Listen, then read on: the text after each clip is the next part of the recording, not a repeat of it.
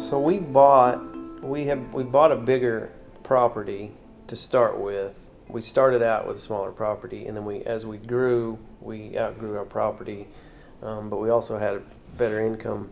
So we, got USDA or FSA loans, and we got a bigger property, and it was beautiful. It was like 150 acres. I had 250 pecan trees, and it was lots of water on it. It was nice, but we didn't really. We had like a trailer house to live in on it, which is fine.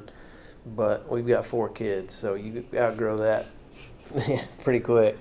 So we love that land, but it didn't have the living space that we needed. And so down the road, this other place came up. It has a beautiful house, and the house is the main selling point of it. And then the land's marginal land, but there's it's 80 acres, and it's nice and has some water. So my wife and my kids all wanted to move to that place, and I was like, oh, okay. I mean, I don't care where we sleep at, So anyway, we sold the place that we had. We essentially did a land swap, and we took that place and moved our loans and everything to the new place. So that's how we got to where we were. The leases, people that I know, all of it was somewhat idle, except for one. One lease was a hay lease that is in my wife's family.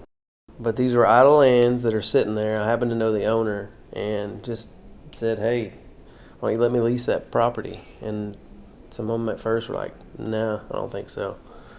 And it's a matter of, like you say, you got to kind of sell it. So I'm like, well, here's what I'll do. I'll fix the fences.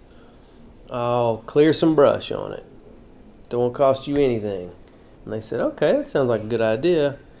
And so then they start saying, well, I think we'll lease it for this. I'm like, well, here's the deal. I'm going to put this much money and effort into it, and it's not costing you anything. Why don't you just let me do it like that, year to year, and then if we get down the road and I've improved it and, you feel like you need to get some money on it, then we'll talk about it then.